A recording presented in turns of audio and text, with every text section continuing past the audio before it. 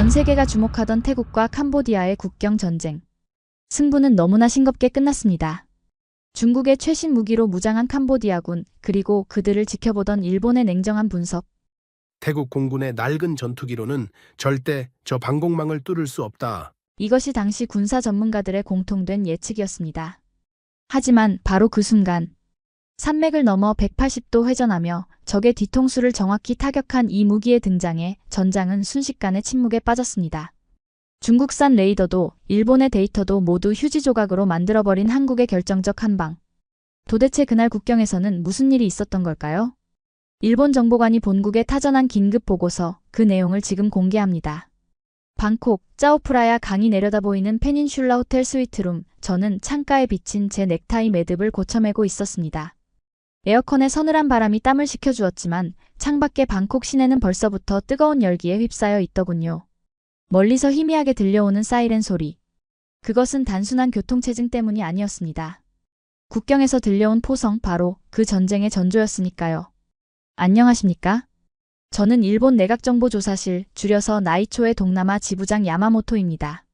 솔직히 말씀드리면 저는 이 소란스러운 상황이 꽤 마음에 들었죠. 군인들에게 전쟁은 비극이지만 우리 같은 정보관들에게 혼란은 곧 기회 아니겠습니까? 탁자 위에는 제가 오늘 태국 국방부 장관에게 건넬 서류 가방이 놓여 있었습니다. 그 안에는 일본 미쓰비시가 자랑하는 최첨단 방공 레이더 시스템의 계약서가 들어 있었고요. 야마모토 상황이 심상치 않습니다. 캄보디아 놈들이 국경에 배치한 병력이 예상을 뛰어넘습니다. 방금 전 제 파트너이자 태국군 정보장교인 뿌라윗 대령이 헐레벌떡 뛰어들어와 내뱉은 첫마디였습니다. 그의 얼굴은 흑빛이 되어 있었고 쥐고 있는 태블릿 PC는 덜덜 떨리고 있더군요. 저는 짐짓 여유로운 미소를 지으며 그에게 냉수 한 잔을 건넸습니다. 흥분한 사람 앞에서는 더 차분하게 행동해야 주도권을 쥘 수 있다는 것, 그게 제가 30년간 외교 현장에서 배운 철칙이었으니까요. 진정하십시오, 대령님. 캄보디아가 믿는 구석이라곤 결국 중국산 고철들 뿐 아닙니까? 제 말에 그는 고개를 세차게 저으며 지도를 펼쳐 보였습니다. 붉은색 잉크로 표시된 캄보디아 국경지대. 그곳엔 제가 예상했던 것보다 훨씬 더 촘촘하고 위협적인 마크들이 찍혀 있더군요. 아닙니다. 이번엔 다릅니다. 위성사진을 보십시오. 놈들이 PHL-03을 전진 배치했습니다. 중국이 자랑하는 사거리 130km짜리 다연장 로켓 말입니다. PHL-03. 그 이름을 듣는 순간 저도 모르게 미간을 찌푸릴 수밖에 없었습니다. 중국이 러시아의 기술을 베껴 만든 그 무기는 가난한 자들의 핵무기라고 불릴 정도로 무식한 화력을 자랑하는 놈이었으니까요. 게다가 그 로켓을 사들인 자금 출처가 아주 흥미로웠습니다. 최근 우리 정보망에 포착된 바로는 그 돈의 대부분이 캄보디아 내 카지노 단지와 보이스피싱 조직에서 흘러나온 검은 돈, 이른바 블러드 머니였죠. 남의 나라, 서민들 등쳐먹은 돈으로 미사일을 사다니 참으로 저급한 놈들 아닙니까? 하지만 저는 내색하지 않았습니다. 오히려 이 위기 상황이야말로 제가 기다리던 순간이었으니까요. 태국이 공포에 질릴수록 일본의 방패는 더 비싼 값에 팔릴 테니까 말입니다. 대령님, 로켓이 무서운 건 사실입니다. 하지만 눈이 없으면 주먹도 소용없는 법이죠. 우리 일본의 최신형 감시 레이더만 도입한다면 저런 로켓 발사 징후는 10분 전에 포착할 수 있습니다. 저는 확신에 차서 말했습니다. 사실 아시아에서 정밀 전자전 기술만큼은 일본이 최고라는 자부심이 있었거든요. 물론 한국이라는 나라가 최근 방산 시장에서 꽤 시끄럽게 굴고 있다는 건 알고 있었습니다. 소위 가성비를 앞세워 여기저기 기웃거린다는 보고서도 읽었고요. 하지만 명품과 싸구려의 차이는 결정적인 순간에 드러나는 법 아니겠습니까? 목숨이 오가는 전장에서 누가 한국산 저가 제품에 국가의 운명을 걸겠습니까? 그런데 말입니다. 뿌라윗 대령의 입에서 의외의 대답이 튀어나오더군요. 그게 야마모토 상. 사실 상부에서는 이번 작전에 한국산 패키지를 테스트해보라는 지시가 내려왔습니다. 저는 순간 귀를 의심했죠. 한국산? 지금 장난합니까? 저 중국제 로켓포와 레이더망이 촘촘하게 깔린 사지로 들어가는데 검증도 안 된 한국산 무기를 쓰겠다니요. 저도 모르게 헛웃음을 터뜨리고 말았습니다. 대령님, 친구로서 충고하는데 그건 자살행위입니다. 캄보디아가 이번에 도입한 방공 레이더가 뭔지 아십니까? 중국제 YLC2입니다. 스텔스기도 잡는다고 큰 소리치는 놈들이라고요. 그런데 고작 한국산 폭탄 몇 개 달고 들어갔다간 태국 공군의 귀한 F-16들이 불꽃놀이 폭죽처럼 터져버릴 겁니다. 제 말은 진심이었습니다. 냉정하게 분석했을 때 태국의 구형 F-16이 중국의 최신 방공망을 뚫고 정밀 타격을 한다는 건 불가능에 가까운 확률이었죠.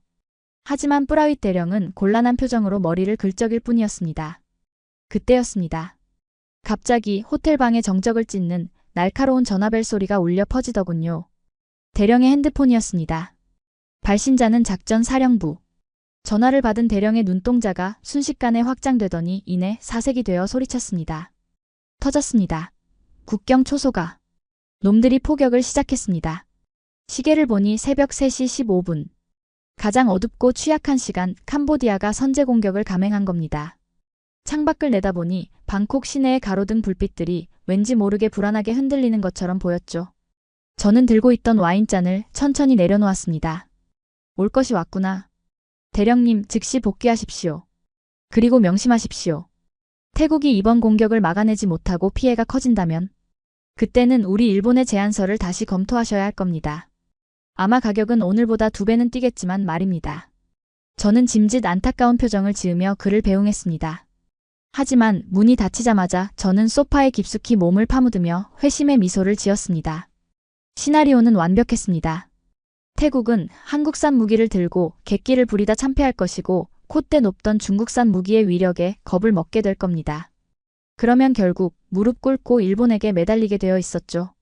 이것이 바로 지정학적 리스크 관리 아니 비즈니스였으니까요. 그런데 말입니다. 제가 간과한 것이 딱 하나 있었습니다. 그날 밤 태국 공군 기지 활주로에서 한국 기술진들이 F-16 날개 밑에 달고 있던 그 투박한 쇳덩어리. 제가 장난감이라고 비웃었던 그 물건 안에 어떤 악마 같은 기술이 숨겨져 있는지 그때는 꿈에도 몰랐다는 겁니다. 잠시 후 저는 제 전용 단말기를 켰습니다. 보안 회선을 통해 국경 지역의 실시간 전황 모니터링 시스템에 접속했죠. 화면 가득 붉은 점들이 번쩍이고 있더군요. 캄보디아, 아니 중국 놈들이 쏘아 올린 다연장 로켓의 궤적들이었습니다. 마치 비를 뿌리듯 태국 쪽을 향해 쏟아지고 있었습니다. 자, 태국 공군. 어디 한번 보여주시지. 그 잘난 한국산 폭탄으로 저 빗줄기를 어떻게 뚫겠다는 건지. 저는 모니터 앞에서 팔짱을 낀 채 마치 스릴러 영화의 클라이맥스를 기다리는 관객처럼 흥미진진하게 화면을 응시했죠. 그리고 잠시 후 태국 공군의 F-16 편대가 이륙했다는 신호가 잡혔습니다. 그런데 이상하더군요. 전투기들의 움직임이 제가 알던 교전 수칙과는 전혀 달랐기 때문입니다. 보통 폭격을 하려면 적진 상공으로 진입해야 하지 않습니까? 그런데 태국의 F-16들은 국경선 근처에는 얼씬도 하지 않고 안전한 후방에서 빙빙 돌고만 있었으니까요. 마치 겁을 잔뜩 집어먹고 진입을 망설이는 병아리들처럼 말이죠. 저는 혀를 찼습니다. 쯧쯧 역시나. 겁먹었군. 접근도 못하고 있어. 하지만 그것이 제 인생 최대의 오판이었다는 걸 깨닫는 데는 그리 오랜 시간이 걸리지 않았습니다. 제가 비웃던 그 순간 이미 게임은 시작되고 있었으니까요. 모니터 속 태국 공군 F-16 편대는 마치 겁쟁이처럼 국경선 10km 후방에서 머무르다 기술을 돌려버렸습니다. 그 모습을 본 저는 실소를 금할 수 없었죠. 꺼 보십시오. 역시 진입도 못하는군요. 낡은 기체로 중국산 방공망에 들어가는 건 죽으러 가는 꼴이라는 걸 저 친구들도 아는 겁니다. 저는 옆에 두었던 와인잔을 들어 입으로 가져갔습니다. 이걸로 상황은 종료라고 생각했으니까요. 그런데 말입니다. 와인이 입술에 닿기도 전 제 눈동자는 모니터 구석에 뜬 아주 미세한 데이터 변화를 포착했습니다. 분명 F-16들은 돌아갔는데 레이더 화면상에는 방금 전투기가 머물렀던 허공에서 무언가 작은 점들이 분리되어 나오고 있더군요. 하나, 둘, 셋. 무려 12개. 처음엔 레이더 오류인 줄 알았습니다. 통상적인 공대지 미사일이라면 점화 불꽃 때문에 적외선 센서에 붉게 표시되어야 하는데 저 점들은 차가운 푸른색이었기 때문입니다. 이게 뭐지? 엔진도 없이. 그냥 떨어지는 건가? 저는 미간을 찌푸리며 화면을 확대했습니다. 그런데 그 순간 제 상식을 비웃는 기이한 현상이 벌어졌습니다. 자유낙하를 해야 할 폭탄들이 갑자기 양옆으로 날개를 펴더니 마치 살아있는 새처럼 공기를 타고 미끄러지기 시작한 겁니다. 속도는 마하가 아닌 아음속. 하지만 그 궤적은 소름 끼칠 정도로 안정적이었습니다. 더 놀라운 건 그 다음이었습니다. 태국과 캄보디아 사이에는 험준한 당렉 산맥이 가로막고 있어 일반적인 직사각이나 레이더 전파가 닿기 힘든 지형입니다. 캄보디아군이 믿었던 것도 바로 그 산맥이라는 천혜의 방패였죠. 그런데 그 푸른 점들은 산맥의 능선을 타넘는 게 아니라 산맥의 골짜기를 따라 뱀처럼 휘어지며 비행하고 있더군요. 마치 지형지물을 훤히 꿰뚫고 있는 노련한 등산가처럼 말입니다. 말도 안 돼. 저 고도에서 저런 활강이 가능하다고? 제 등줄기로 식은 땀 한 방울이 흘러내렸습니다. 캄보디아 측에 배치된 중국산 YLC-2 레이더의 탐지 범위를 표시하는 붉은 원. 저 정체불명의 비행체들은 그 붉은 원의 사각지대, 즉 레이더 빔이 닿지 않는 산 등성이 뒤쪽만 골라서 교묘하게 파고들고 있었습니다. 그건 단순한 폭격이 아니었습니다. 보이지 않는 유령이 적의 목을 조르러 가는 암살 행위나 다름없었으니까요. 그리고 불과 3분 뒤, 모니터 위에서 믿을 수 없는 일이 벌어졌습니다. 산맥을 우회한 비행체들이 갑자기 180도 급선회를 하더니 산 뒤편에 숨어있던 캄보디아군의 로켓 진지 뒤통수를 향해 수직으로 꽂히기 시작한 겁니다. 이른바 팝업 앤 다이브 기동. 미국산 최신형 미사일에서나 볼 법한 그 고난도 기술이 고작 저가형 활강 폭탄에서 구현되고 있더군요. 모니터에는 소리가 들리지 않았지만 화면상의 붉은 점들이 순식간에 검은색 X 표시로 바뀌는 것을 보며 저는 굉음을 들은 것 같은 착각에 빠졌습니다. 첫 번째 타격으로 캄보디아의 다연장 로켓 발사대 사기가 증발했습니다. 곧이어 두 번째, 세 번째 타격 신호가 들어오더군요. 중국이 자랑하던 방공망은 경고음 한 번 울리지 못하고 먹통이 되어버렸고요.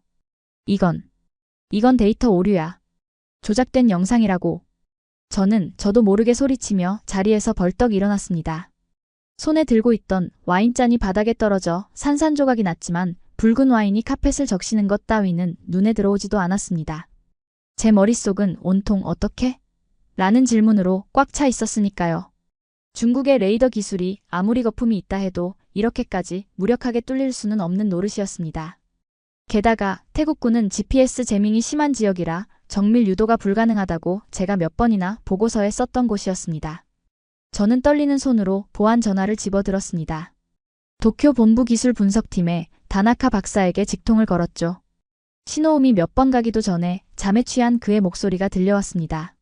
네, 실장님. 이 새벽에 무슨 일로? 당장 깨어나. 지금 내가 보내는 데이터 링크 열어봐.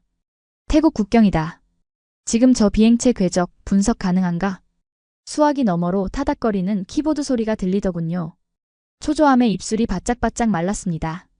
약 1분의 침묵. 그 짧은 시간이 제게는 1년처럼 느껴졌습니다. 그리고 돌아온 다나카 박사의 목소리는 평소의 냉철함은 온데간데 없이 가늘게 떨리고 있었습니다. 실장님, 이거 미제가 아닙니다. 궤적 알고리즘이 완전히 다릅니다. 미제 제이담은 이렇게 산악 지형을 끼고 드리프트하듯 날지 못합니다. 그럼 어디 건데? 중국? 러시아? 아니면 외계인이라도 왔다는 거야? 한국입니다. 그 한마디에 저는 멍하니 허공을 응시할 수밖에 없었죠. 한국? 그 반도체나 만들던 나라가? 데이터 시그니처가 한국형 GPS 유도폭탄 KGGB와 일치합니다. 게다가 실장님, 더 놀라운 게 뭔지 아십니까? 지금 태국 국경 지역엔 중국군의 재밍 전파가 깔려 있습니다. 그런데 저 폭탄들 GPS 신호가 끊긴 상태에서도 자체 관성항법만으로 목표물을 찾아가고 있습니다. 오차 범위 1m 이내입니다. 1m? 장난해? 미국도 그 상황에선 10m는 벗어나? 그러니까 말입니다. 이게 말이 안 되는 기술이라니까요. 전화를 끄는 제 손은 미세하게 떨리고 있었습니다. 충격은 곧 두려움으로 바뀌더군요. 만약 이 데이터가 사실이라면 제가 가방에 넣어온 일본산 레이더 계약서는 휴지 조각이나 다름없었습니다. 아니, 일본의 동남아 무기시장 점유율 자체가 뿌리째 뽑혀나갈 위기였죠. 이건 단순히 태국과 캄보디아의 전쟁이 아니었습니다. 보이지 않는 기술 전쟁에서 우리가 한국에게 체크메이트를 당한 것일지도 모른다는 불길한 예감이 엄습해왔습니다. 저는 결심해야 했습니다. 이대로 호텔방에 앉아 모니터나 들여다보고 있을 수는 없었습니다. 이 눈으로 직접 확인해야 했으니까요. 저게 정말 한국의 기술인지 아니면 우연히 얻어걸린 행운인지. 그리고 무엇보다 한국 기술진들이 현지에서 도대체 무슨 짓을 벌이고 있는지 파헤쳐야 했습니다. 저는 옷걸이에 걸린 재킷을 거칠게 낚아챘습니다. 그리고 뿌라윗 대령에게 문자를 보냈습니다. 지금 즉시 우본 공군기지로 가겠다. 현장 접근 승인을 요청한다. 답장은 10초도 안 되어 도착하더군요. 환영합니다. 하지만 오셔도 놀라지 마십시오. 당신이 보게 될 것은 아마 상상 그 이상일 테니까요. 저는 호텔방을 나서며 부서진 와인잔을 밟고 지나갔습니다.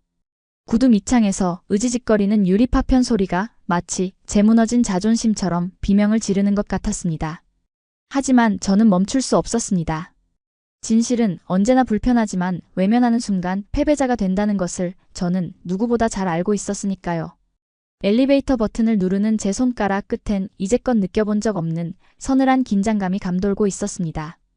엘리베이터에서 내려 태국 국방부가 보낸 차에 올랐을 때 저는 이미 전쟁터의 한복판으로 빨려 들어가는 기분이었습니다. 방콕에서 헬기로 1시간을 날아 도착한 우본 공군기지는 그야말로 거대한 용광로처럼 끓어오르고 있었으니까요. 활주로 곳곳에서 승리에 취한 태국 군인들이 환호성을 지르고 있었고 제트유 타는 냄새가 코를 찔러왔습니다. 하지만 제 안내를 맡은 뿌라윗 대령이 이끈 곳 기지 가장 깊숙한 제3경납고 앞은 분위기가 전혀 다르더군요. 야마모토 상 여기서부터는 말 조심하셔야 합니다. 한국 기술진들이 워낙 예민해서요. 대령의 경고와 함께 육중한 철문이 열리자 바깥의 열대 열기와는 정반대인 서늘한 냉기가 제 뺨을 때렸습니다. 그곳은 마치 거대한 서버실처럼 우웅 하는 기계 음만이 가득 차 있었죠. 저는 적어도 그들이 샴페인을 터뜨리며 자축하고 있을 거라 예상했습니다. 방금 적의 방공망을 유린하고 압승을 거뒀으니 인간이라면 당연히 흥분해야 마땅한 상황 아니겠습니까? 그런데 말입니다. 제 눈앞에 펼쳐진 광경은 기이할 정도로 정적이었습니다. 벽면을 가득 채운 대형 모니터 앞 10여 명의 한국인들은 마치 도서관에 온 수험생처럼 무표정한 얼굴로 키보드만 두드리고 있더군요. 책상 위에는 승리의 와인 대신 뜯어진 컵라면 용기와 노란색 맥심 믹스 커피 봉지들만이 굴러다니고 있었습니다. 이게 전쟁 영웅들의 모습이라니 도무지 믿기지가 않았죠. 데이터 오차 수정해. 4번 타겟 진입 각도가 0.1도 틀어졌어. 방 한가운데서 뿔테 안경을 쓴 남자가 나직하게 지시를 내렸습니다. 현장 책임자인 강 팀장이었습니다. 헝클어진 머리에 걷어붙인 소매 하지만 모니터를 뚫을 듯한 그의 눈빛은 섬뜩할 정도로 차갑게 빛나고 있었으니까요. 저는 그에게 다가가 짐짓 여유로운 척 말을 걸었습니다. 대단하군요, 강 팀장님. 하지만 분위기가 너무 무겁습니다. 당신들이 만든 장난감이 중국산 레이더를 바보로 만들었는데 좀 웃어도 되지 않습니까? 제 말에 그는 타자를 멈추고 천천히 고개를 돌려 저를 응시하더군요. 그 건조한 눈동자와 마주친 순간 저는 등골이 오싹해짐을 느꼈습니다. 야마모토 상. 이건 장난감이 아닙니다. 사람을 살리기 위한 수술 도구죠. 우린 지금 환부만 도려내는 중입니다. 수술이라니요? 그는 대답 대신 턱짓으로 메인 모니터를 가리켰습니다. 화면에는 방금 폭격당한 캄보디아 기지에 들어온 영상이 떠 있었는데 확대된 잔해 속에서 기이한 물건들이 보였습니다. 불타는 서버 렉 사이로 흩날리는 수천 장의 지폐들, 그리고 부서진 컴퓨터 본체들. 군부대라기보다는 거대한 사무실이 폭파된 듯한 모습이었죠. 이곳은 겉으론 군사기지지만 지하는 중국계 범죄 조직의 보이스피싱 센터였습니다. 한국과 일본, 태국 서민들에게 사기친 돈이 이곳으로 모이고 그 돈이 바로 위층 군부대의 미사일 구매 자금으로 흘러 들어갔던 겁니다. 강 팀장은 책상 위에 놓인 블랙머니 추적 보고서라는 서류를 툭 치며 말을 이었습니다. 그래서 우린 지붕이 아니라 환기구를 통해 지하로 폭탄을 밀어넣었습니다. 민간인 피해 없이 놈들의 돈줄과 무기만 정확히 태워버리기 위해서 말입니다. 저는 입을 다물 수 없었습니다. 아까 그 기적 같은 고개 비행이 단순한 기술 과시가 아니라 악의 심장부만 핀셋으로 집어내기 위한 집요한 계산이었다니요. 하지만 의문은 가시지 않았습니다. 일개 방산기업 직원들이 왜 이렇게까지 처절하게 작전에 임하는지 이해할 수 없었으니까요. 당신들, 대체 왜 이렇게까지 하는 겁니까? 제 물음에 강 팀장은 식은 믹스커피를 한 모금 들이키며 처음으로 씁쓸한 미소를 지어 보였습니다. 제 어머니도 3년 전에 저 놈들에게 당하셨거든요. 평생 모은 전 재산을 전화 한 통화에 날리셨습니다. 경찰은 못 잡는다고 하더군요. 그래서 제가 직접 잡으러 온 겁니다. 법이 못하면 기술로라도 해야죠. 그 한마디에 저는 머리를 한 대 얻어맞은 듯한 충격을 받았습니다. 이 경납고의 무거운 침묵은 단순한 프로페셔널리즘이 아니었습니다. 가족을 울린 범죄자들과 그들을 비호하는 세력을 향한 한국 기술자들의 서리빨 같은 사적 복수이자 응징이었던 겁니다. 제가 계산기를 두드리며 이익을 따질 때 이들은 피 끓는 심정으로 밤을 새워 코피를 쏟아가며 이 기술을 완성했던 것이죠. 저는 제가 들고 온 레이더 제안서가 든 가방이 견딜 수 없이 부끄럽게 느껴졌습니다. 이런 한이 서린 기술 앞에서 제 비즈니스 논리가 무슨 소용이 있겠습니까? 그때였습니다. 갑자기 경납고 내부에 붉은 경광등이 요란하게 돌아가기 시작하더군요. 긴급 상황. 국경 북쪽 미확인 고속 비행체 접근 중. 속도가 마하 2.5를 넘습니다. 놈들이 전투기를 띄웠습니다. 무전기에서 터져나온 비명에 저는 본능적으로 강 팀장을 바라봤습니다. 하지만 그는 당황하기는커녕 마치 기다렸다는 듯 차가운 눈빛으로 외치더군요. 왔군요. 전원 위치로. 2단계 고스트 작전 개시해. 놈들이 제 발로 함정에 들어왔어. 저는 전율했습니다. 이들은 이미 알고 있었던 겁니다. 자금줄이 끊긴 적들이 이성을 잃고 덤벼들 것을. 그리고 이제 한국이 준비한 진짜 비장의 무기가 그 베일을 벗을 차례라는 것을 말입니다. 경납고의 철문이 닫히자마자 세상은 완전히 다른 공기로 채워졌습니다. 외부와 차단된 이 거대한 콘크리트 상자 안에는 오직 수십 대의 서버가 뿜어내는 기계적인 열기와 냉각팬이 돌아가는 우웅 하는 소음만이 존재했으니까요. 하지만 제 귀에는 그 소음이 마치 사형 선고를 앞둔 법정의 무거운 정적처럼 들려왔습니다. 스크린에 찍힌 붉은 점들. 그것은 단순한 비행체가 아니었거든요. J-10C 비거러스 드래곤. 중국이 자랑하는 4.5세대 최신의 전투기입니다. 저는 마른 침을 삼키며 저도 모르게 중얼거렸습니다. 제 옆에 서 있던 뿌라윗 대령의 얼굴은 이미 백지장처럼 하얗게 질려 있더군요. 그도 그럴 것이 태국 공군이 보유한 F-16은 도입한 지 30년이 다 되어가는 구형 모델, 즉 AB 블록 15 버전이었습니다. 반면 중국의 J-10C는 능동 위상 배열 레이더를 탑재하고 사거리 200km가 넘는 PL-15 공대공 미사일로 무장한 괴물이었으니까 말입니다. 이건 체급 차이가 아니라 아예 종이 다른 싸움이었습니다. 사자가 토끼를 사냥하러 온 격이었죠. 끝났습니다. 대령님. 저는 냉정하게 정보관으로서의 판단을 내뱉었습니다. 가죽 가방의 손잡이를 쥔 제 손에 힘이 들어갔습니다. 솔직히 말씀드리면 마음 한구석에서는 안도감이 피어오르고 있었는지도 모릅니다. 그래, 한국의 기술은 여기까지야.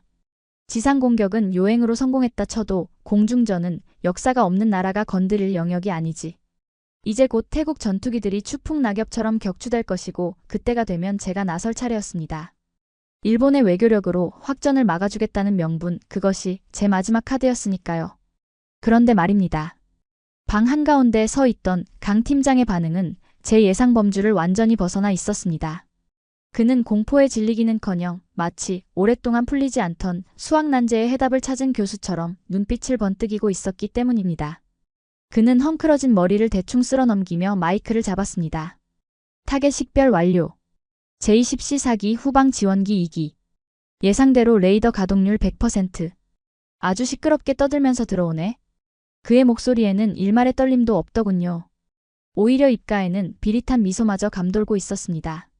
좋아. 2단계 고스트 프로토콜 지금 입력해. 놈들의 레이더에 유령을 심어주자고. 유령? 저는 그 단어가 무엇을 의미하는지 이해할 수 없었습니다. 하지만 그 순간 제 눈앞의 메인 스크린에서 벌어진 광경은 제 군사 지식을 송두리째 뒤흔들기 시작했죠. 강 팀장의 부하 직원이 엔터키를 탁하고 치는 순간이었습니다. 레이더 화면상에 떠있던 태국군 F-16 편대 고작 4개의 파란 점들이 갑자기 세포 분열을 하듯 증식하기 시작한 겁니다.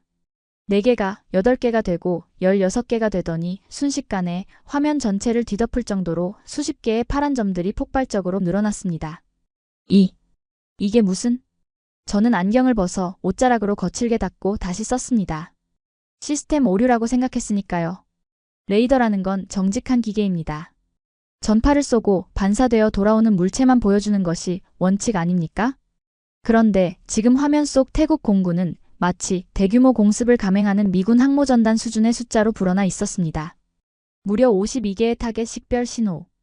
그것들이 중국군 J-10C를 향해 사방에서 포위망을 좁혀가고 있더군요. 재밍? 아니야, 단순한 노이즈 제밍으로는 저런 뚜렷한 항적을 만들 수 없어. 저는 혼란스러움에 입술을 깨물었습니다. 단순히 전파를 방해해서 화면을 지지직거리게 만드는 건 1980년대 기술입니다. 하지만 저건 명확한 속도와 고도 데이터를 가진 가짜 표적들이 진짜처럼 기동하고 있었습니다. 마치 하늘 위에 48대의 유령 전투기가 소환된 것처럼 말입니다. 그때 스피커를 통해 감청된 중국군 조종사들의 다급한 교신 내용이 경납고 안에 울려 퍼졌습니다. 치직, 알람, 알람, 전방 12시 방향 다수 타겟 포착, 숫자가 너무 많다. 본부, 레이더가 미쳤다. 좌측, 우측, 후방까지. 포위당했다. 이게 도대체 어디서 나온 병력이야. 천하의 중국 공군 엘리트 조종사들이 비명을 지르고 있었습니다. 그들은 당황하고 있었죠. 최첨단 A사 레이더가 포착한 수십 개의 표적 중에서 무엇이 진짜 F-16인지 구별해내지 못하고 있었으니까요. 강 팀장은 팔짱을 낀 채 모니터 구석에 표시된 데이터 처리 속도를 체크하며 무심하게 중얼거렸습니다.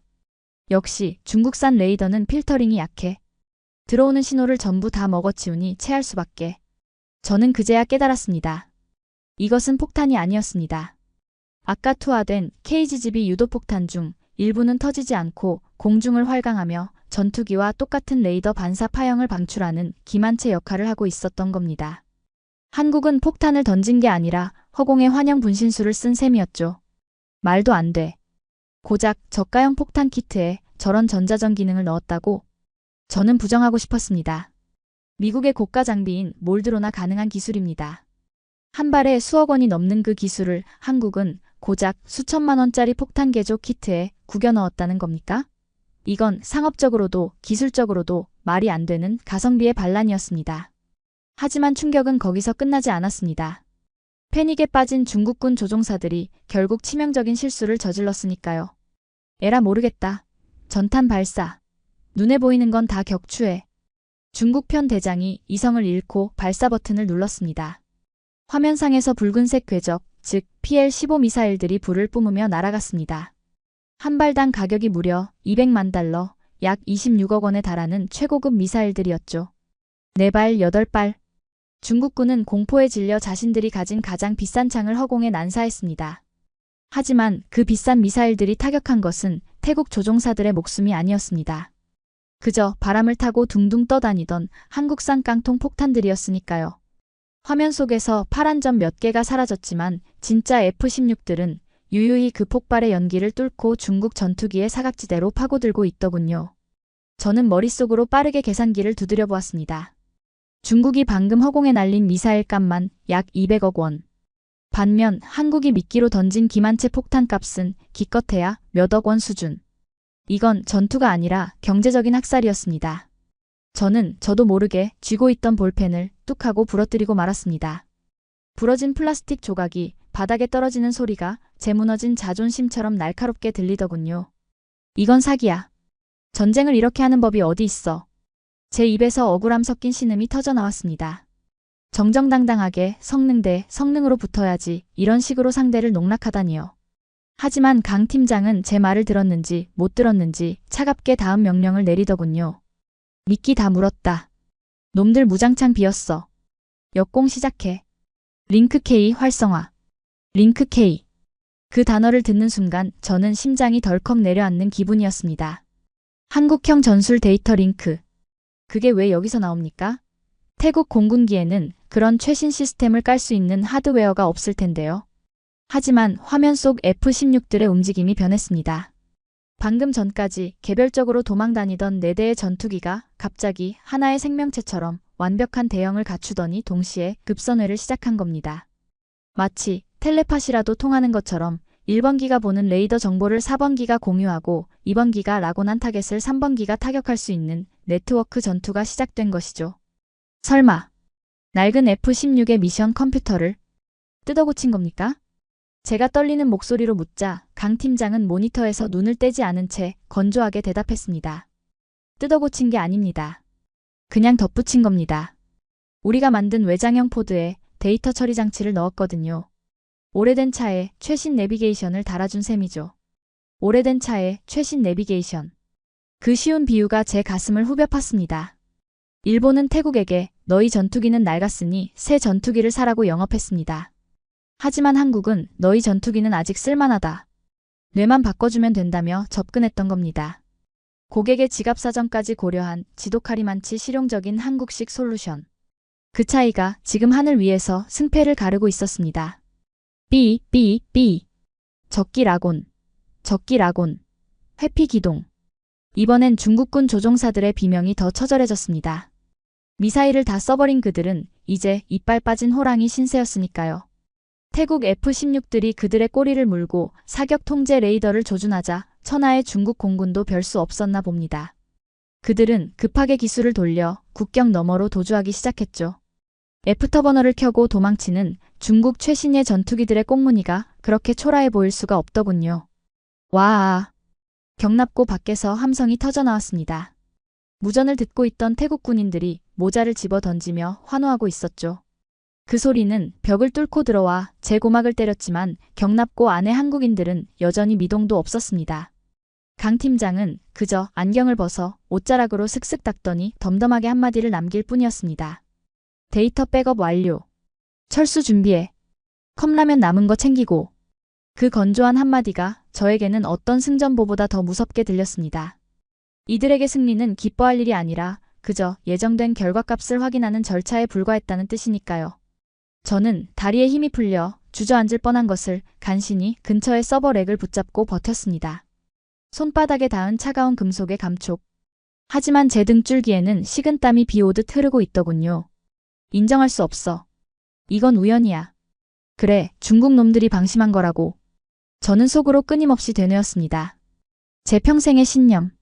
기술은 일본, 국방은 미국이라는 공식이 깨지는 걸 인정하고 싶지 않았으니까요. 하지만 제 눈은 솔직했습니다. 모니터 구석에 떠있는 작전 결과 리포트. 아군 피해 0, 적군 피해, 시설물 90% 파괴, 미사일 12발 소모 유도.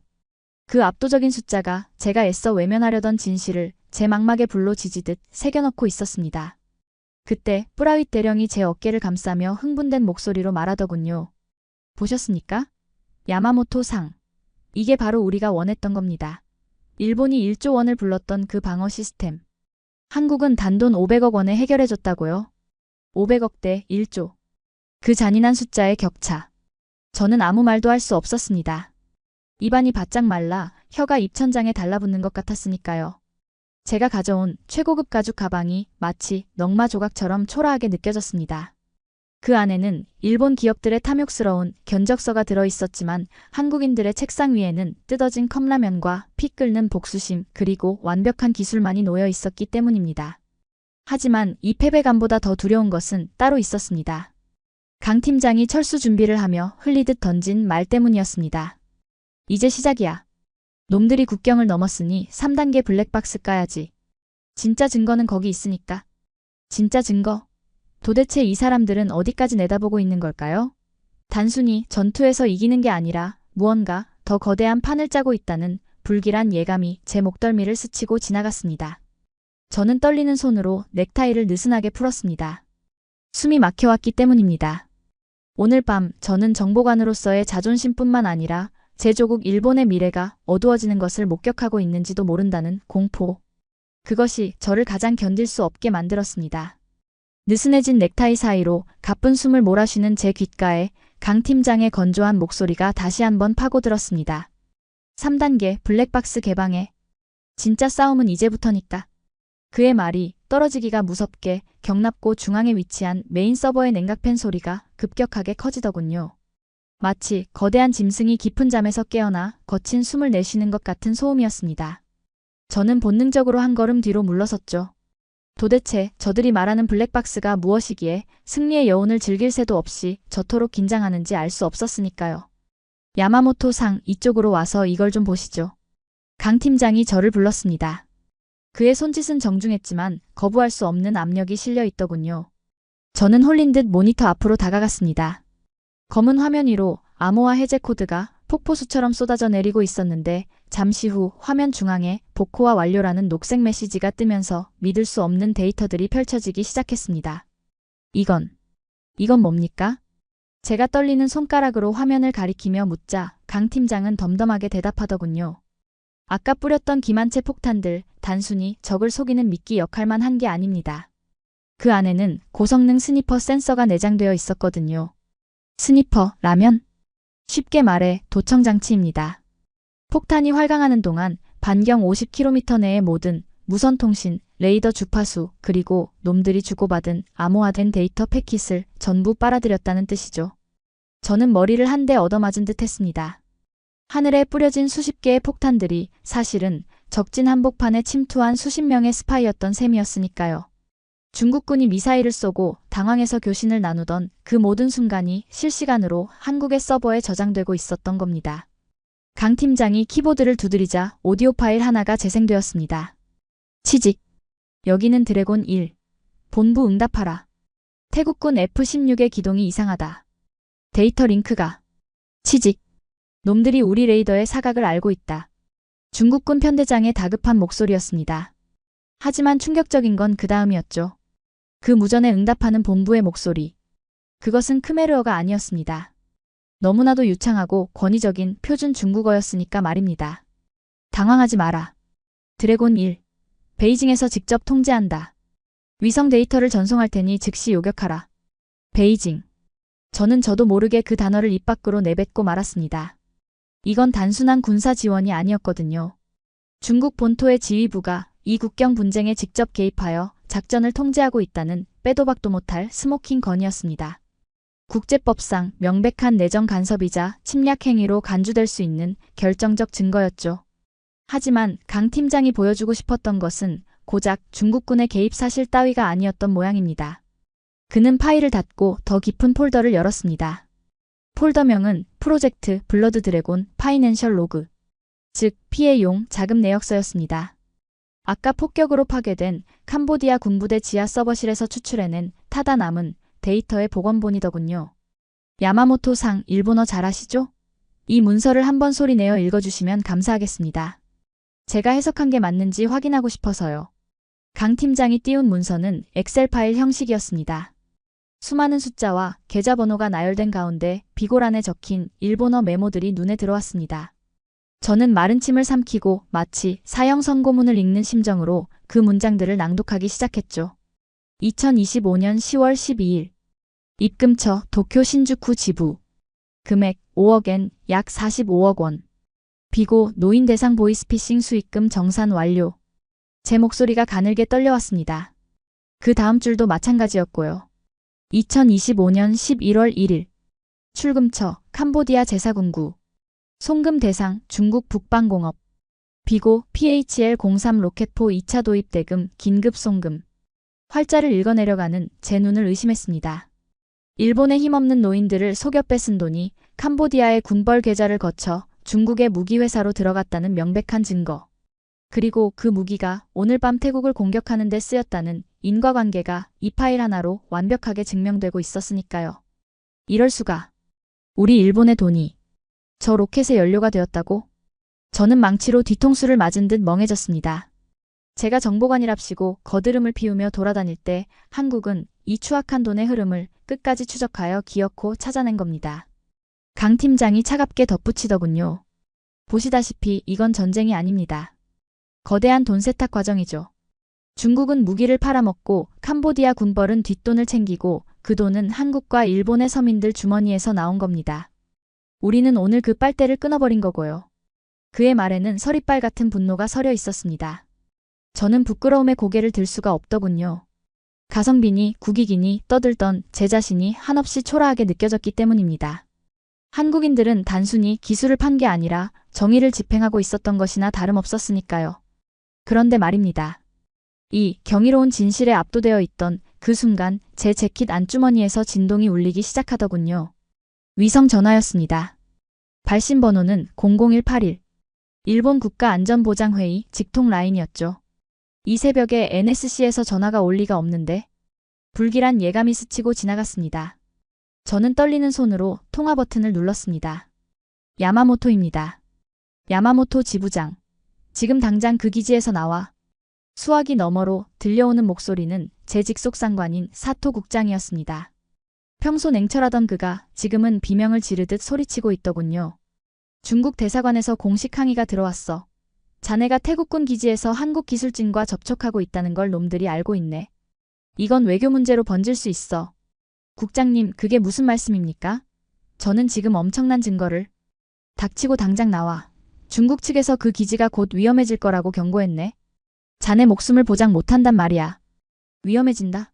그게 무슨 뜻인지 되묻기도 전에 경납고 안의 조명이 파밭하고 튀더니 순식간에 암흑천지로 변해버렸습니다. 서버의 냉각팬 소리가 뚝 끊기면서 소름 끼치는 정적이 찾아왔죠. 그리고 1초 뒤 비상 전력이 가동되면서 붉은색 경광등만이 핏빛처럼 실내를 비추기 시작했습니다. 뭐야? 정전인가? 뿌라윗 대령이 당황하며 외쳤습니다. 하지만 강 팀장의 반응은 달랐습니다. 그는 어둠 속에서도 침착하게 모니터를 응시하며 소리치더군요. 아니야. 물리적 단전이 아니야. 사이버 공격이다. 놈들이 기지의 전력 제어 시스템을 해킹했어. 그의 말대로였습니다. 꺼진 줄 알았던 모니터들이 다시 켜지더니 이번에는 붉은색 해골 마크와 함께 중국어 경고문이 화면을 뒤덮기 시작했으니까요. 시스템 초기화 임박. 모든 데이터 삭제. 중국이 움직인 겁니다. 자신들의 개입 증거와 자금 내역이 털렸다는 걸 눈치채고 원격으로 이 기지의 모든 서버를 태워버리려는 증거인멸 시도였죠. 베이징의 해커 부대가 이 시골 기지의 방화벽을 두들기기 시작한 것입니다. 방화벽 뚫렸어. 2번, 3번 서버 다운. 데이터 삭제가 시작됐어.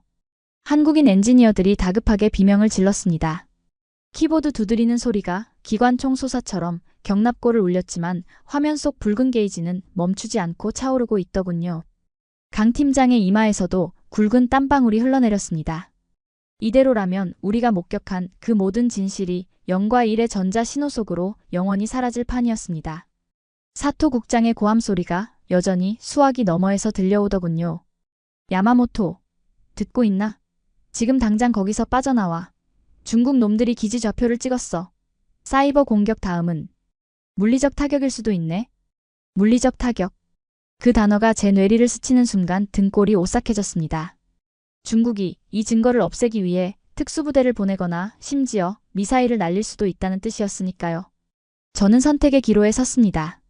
국장의 명령대로 꼬리를 말고 도망칠 것인가 아니면 이 한국인들과 함께 진실을 지킬 것인가. 그때 강 팀장이 저를 돌아보며 외쳤습니다. 그의 눈빛은 붉은 조명 아래서 더욱 광기 어린 빛을 뿜어내고 있더군요. 야마모토 상. 멍하니 있지 말고 도우시오. 당신 가방 안에 있는 거. 일본산 위성통신 단말기 맞지? 네. 아, 네. 맞습니다. 그거 켜. 이쪽 인터넷망은 다 끊겼어. 당신네 일본 위성을 빌려서 데이터를 클라우드로 쌓아야 한다고. 안 그러면 다 죽어. 일본의 위성을 써서 한국이 캔 증거를 살려내라니. 이 얼마나 아이러니하고 위험한 제안입니까? 만약 이게 발각되면 저는 일본 정부로부터 파면 아니 반역죄로 몰릴 수도 있는 상황이었습니다. 하지만 제 눈앞에서 사라져가는 저 피 묻은 돈의 내역서. 저걸 이대로 날려버린다면 저는 평생 비겁자로 살아야 할 것 같았습니다. 그 순간 경납고 밖에서 무언가 폭발하는 굉음이 들려왔습니다. 기지 외곽 변전소가 터진 것 같더군요. 진짜 위기가 코앞까지 닥쳐왔습니다. 저는 떨리는 손으로 가방을 열었습니다. 그리고 제 인생을 건 도박을 시작했습니다. 제 가죽 가방에 황동버크를 푸는 손가락 끝이 미세하게 떨려왔습니다. 그것은 단순한 공포 때문이 아니었습니다. 지금 제가 하려는 행동이 일본 내각정보조사실의 규정을 정면으로 위반하는 어쩌면 반역에 가까운 행위라는 것을 제 무의식이 경고하고 있었기 때문이죠.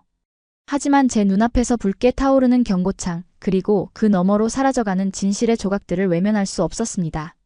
저는 이를 악물고 일본 미쓰비시사가 개발한 군용 위성통신 단말기 JSAT4의 전원을 켰습니다. 접속해. 빨리. IP 주소 불러줄 테니까. 강 팀장의 고함 소리가 제 귓가를 때렸습니다. 그는 평정심을 잃지 않으려 애쓰고 있었지만 키보드를 두드리는 그의 손등 위로 툭 하고 붉은 액체가 떨어지는 것을 저는 놓치지 않았습니다. 코피였습니다.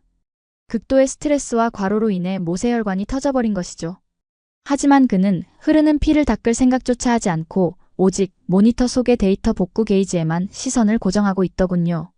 위성 링크 확보 중. 도쿄 관제소 연결. 승인됨. 단말기의 파란색 LED가 깜빡이는 순간 저는 한국의 메인 서버와 제 단말기를 케이블로 연결했습니다. 이질적인 두 시스템. 일본의 하드웨어와 한국의 데이터가 물리적으로 결합하는 순간이었습니다. 업로드 시작합니다. 그런데 속도가 너무 느립니다. 제가 소리쳤습니다. 중국의 해킹 공격이 워낙 거세다 보니 데이터 전송 대역폭이 좁아터진 탓이었습니다. 화면의 전송률은 고작 초당 5MB. 이 속도라면 기가바이트 단위의 블랙박스 데이터를 전부 옮기는데 좋기 30분은 걸릴 상황이었으니까요. 하지만 우리에게 남은 시간은 30분은커녕 3분도 없어 보였습니다. 경납고 철문이 둔탁한 소음을 내며 크게 울렁거렸습니다. 밖에서 무언가 폭발했거나 누군가 강제로 진입을 시도하고 있다는 신호였습니다. 뿌라윗 대령이 권총을 뽑아들고 문 쪽으로 뛰어가며 소리쳤습니다. 놈들입니다. 기지 경비 병력이 뚫렸습니다. 캄보디아 특수부대가 아니라 용병들 같습니다. 상황은 최악으로 치닫고 있었습니다. 중국은 사이버 공격으로 증거를 지우는 동시에 물리적으로 이 경납고를 파괴하여 입을 막으려는 더블 타겟팅 전략을 구사하고 있었던 겁니다. 경납고 안의 공기는 공포와 열기로 숨막힐 듯 팽창하고 있었습니다. 서버의 냉각 시스템이 완전히 멈춰버린 탓에 실내 온도는 이미 40도를 육박하고 있었죠. 그런데 말입니다. 이 지옥 같은 아비규환 속에서 제가 목격한 한국 기술진들의 모습은 저에게 어떤 경외감마저 불러일으키고 말았습니다. 보통의 직장인들이라면, 아니 일본의 엘리트 엔지니어들이라면 이런 상황에서 어떻게 했을까요? 아마 매뉴얼대로 데이터를 포기하고 우선 자신의 목숨을 부지하기 위해 비상구로 달려갔을 겁니다. 그게 합리적인 인간의 본능 아니겠습니까? 하지만 이들은 달랐습니다. 강 팀장을 비롯한 12명의 한국인들은 도망치기는커녕 오히려 뜨겁게 달아오른 서버렉을 몸으로 끌어안고 있었습니다. 물리적 해킹을 막기 위해 서버의 보안 포트를 손으로 직접 막고 과열로 셧다운되려는 전원 장치를 강제로 연결하기 위해 피복이 벗겨진 전선을 맨손으로 움켜쥐고 있었으니까요.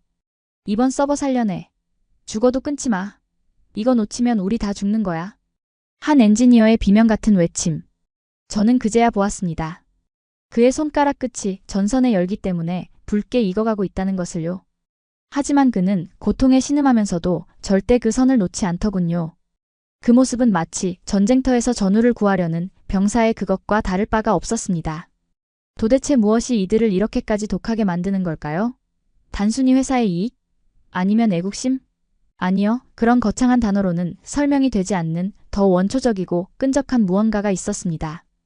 야마모토 상. 전속률 떨어지고 있어. 위성각도 다시 맞춰. 강 팀장의 일갈에 저는 퍼뜩 정신을 차렸습니다. 저는 단말기를 들고 경납고 구석의 환풍구 쪽으로 뛰었습니다. 조금이라도 더 나은 신호를 잡기 위해서였죠. 환풍구 틈새로 매캐한 화약 냄새와 함께 바깥의 교전 소리가 생생하게 들려왔습니다. 타타탕, 타탕. 총소리가 점점 가까워지고 있었습니다. 제 심장은 터질 것만 같았지만 화면 속 업로드 게이지는 야속하게도 55%에서 멈춰서서 움직이지 않고 있더군요. 그때였습니다. 강 팀장이 갑자기 자리를 박차고 일어나더니 구석에 쌓여있던 공구함을 뒤지기 시작했습니다. 그는 거대한 산업용 절단기를 꺼내 들었습니다. 그리고 미친 사람처럼 메인 서버의 외벽을 뜯어내기 시작했습니다. 금속이 찢겨나가는 소름 끼치는 소음과 함께 서버의 내부 기판이 드러났습니다. 그는 망설임 없이 자신의 손목시계를 풀어 던지고 맨손을 기계 안으로 집어넣더군요. 팀장님, 뭐 하시는 겁니까? 감전됩니다. 부하 직원이 말렸지만 그는 거친 숨을 몰아쉬며 소리쳤습니다. 소프트웨어로는 못 막아. 놈들이 칩셋 자체를 태우고 있어. 물리적으로 바이패스 시켜야 해. 그는 뜨겁게 달아오른 메인보드의 특정 회로를 손가락으로 직접 누르며 데이터가 우회하도록 강제하고 있었습니다. 그의 손등 핏줄이 터질 듯 팽창하고 얼굴은 땀과 코피로 범벅이 되어 있었죠. 그 모습을 보는 순간 저는 전율했습니다. 저것이 바로 한국의 힘이구나. 데이터상으로는 불가능한 확률, 기술적으로는 막을 수 없는 공격. 그 모든 논리적 한계를 뛰어넘는 것은 결국 기계가 아니라 사람의 피와 도끼였던 겁니다.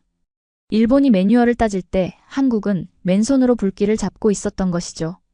강 팀장의 입에서 짐승 같은 기합 소리가 터져나왔습니다. 그의 희생 덕분이었을까요? 멈춰섰던 업로드 게이지가 다시 움직이기 시작했습니다. 60%, 70%, 80%. 숫자가 올라갈수록 밖에서 들려오는 총소리도 덩달아 격렬해졌습니다. 철문이 찌그러지며 틈새가 벌어지기 시작했고 그 사이로 매캐한 연막탄이 굴러 들어왔습니다. 콜록거리는 기침 소리와 함께 시야가 흐려졌지만 누구 하나 자리를 뜨지 않았습니다. 마치 이 경납고 전체가 하나의 거대한 생명체가 되어 마지막 숨을 몰아쉬며 데이터를 밀어 올리는 것 같았으니까요. 90%. 조금만 더. 제발. 제가 간절히 기도하던 그 순간 굉음과 함께 경납고의 천장 유리가 와장창 깨져내렸습니다. 드론이었습니다. 자폭용 드론 한 대가 깨진 천장 틈으로 들어와 정확히 서버실 중앙을 향해 급강하하고 있더군요. 중국 놈들이 기어코 물리적 타격까지 감행한 겁니다. 피해. 누군가 소리쳤지만 강 팀장은 움직이지 않았습니다. 그는 여전히 서버 안에 손을 집어넣은 채 모니터의 숫자만을 노려보고 있었습니다. 98%, 99%.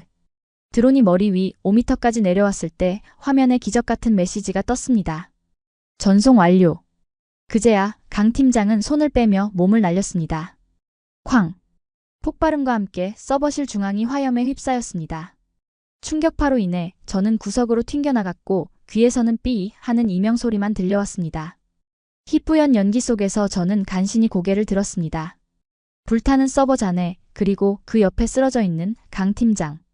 그의 와이셔츠는 검게 그을렸고 손은 화상으로 붉게 부어올라 있었지만 그가 쥔 모니터 화면에는 선명한 글자가 떠 있었습니다. 백업 서버 서울 데이터 수신 확인. 성공이었습니다. 그 지옥 같은 불길 속에서 그들은 기어코 진실을 살려낸 겁니다. 저는 비틀거리며 일어나 강 팀장에게 다가갔습니다. 그는 가쁜 숨을 몰아쉬며 바닥에 누워 있었지만 그을린 얼굴 사이로 하얀 이를 드러내며 웃고 있더군요. 그 미소는 제가 살면서 본 그 어떤 승리자의 미소보다 처절하고 아름다웠습니다. 그는 쉰 목소리로 제게 한마디를 던졌습니다. 봤죠? 야마모토 상. 이게 한국 스타일입니다. 저는 아무 말도 할 수 없었습니다. 그저 제 양복 상의를 벗어 그의 떨리는 어깨를 덮어줄 뿐이었죠. 제 눈시울이 뜨거워졌습니다. 기술 격차? 자본력? 그런 건 이제 중요하지 않았습니다. 가족을 지키겠다는, 억울함을 풀겠다는 저 지독한 한의 에너지를 가진 민족을 과연 누가 이길 수 있겠습니까? 천하의 중국도 우리 일본도 결코 이들을 이길 수 없다는 패배감이 뼛속 깊이 사무쳤으니까요. 하지만 감상에 젖어 있을 시간이 없었습니다. 찌그러진 철문이 완전히 뜯겨나가고 무장한 용병들이 연기 속에서 모습을 드러내기 시작했기 때문입니다. 이제 데이터는 살렸지만 우리의 목숨을 걸어야 할 시간이 다가온 겁니다. 무너진 철문 사이로 자욱한 연기가 거치기도 전 시커먼 그림자 서너 개가 유령처럼 경납고 안으로 미끄러져 들어왔습니다. 그들의 움직임에는 군더더기가 없더군요. 고함도 위협 사격도 없었으니까요. 그저 소음기가 장착된 소총의 차가운 총구와 허공을 가르는 붉은색 레이저 포인터만이 우리들의 미간을 겨누고 있었을 뿐이었습니다. 저는 본능적으로 두 손을 들고 무릎을 꿇었죠. 외교관으로서의 품이나 자존심 따위를 따질 계제가 아니었습니다. 저들은 정규군이 아니라 흔적 없이 살인을 저지르고 사라지는 청소부들이라는 것을 제 직감이 경고하고 있었으니까 말입니다. 전원 무릎 꿇어. 손 머리 위로. 가장 앞선 사내가 영어로 짧게 명령했습니다. 그의 목소리는 기계음처럼 건조했고 방독면 너머로 보이는 눈동자에는 생명에 대한 존중이라곤 찾아볼 수 없었습니다. 강 팀장과 한국 기술진들 그리고 뿌라윗 대령까지 모두 제 옆에 나란히 무릎을 꿇려졌습니다. 방금 전까지 데이터를 지켜냈다는 환희가 넘실대던 이 공간은 순식간에 차가운 처형장으로 변해버리고 말았죠. 바닥에 흩어진 유리 파편이 무릎을 찔러왔지만 고통조차 느낄 수 없더군요. 제 머릿속은 오직 죽음이라는 단어로 하얗게 질려버렸기 때문입니다. 아, 이렇게 끝나는 건가? 저는 눈을 질끈 감았습니다. 도쿄에 있는 아내와 딸의 얼굴이 주마등처럼 스쳐 지나갔습니다. 제가 왜 이 무모한 도박에 끼어들었을까요? 그저 조용히 태국 장관 비위나 맞추고 레이더 계약이나 따내서 돌아갔으면 두둑한 보너스와 승진이 보장되어 있었는데 말입니다. 남의 나라 정의를 지키겠다고 나섰다가 이름 모를 시골 경납고에서 개죽음을 당하게 생겼으니 이 얼마나 어리석은 결말입니까? 후회가 밀물처럼 밀려와 제 가슴을 짓눌렀습니다.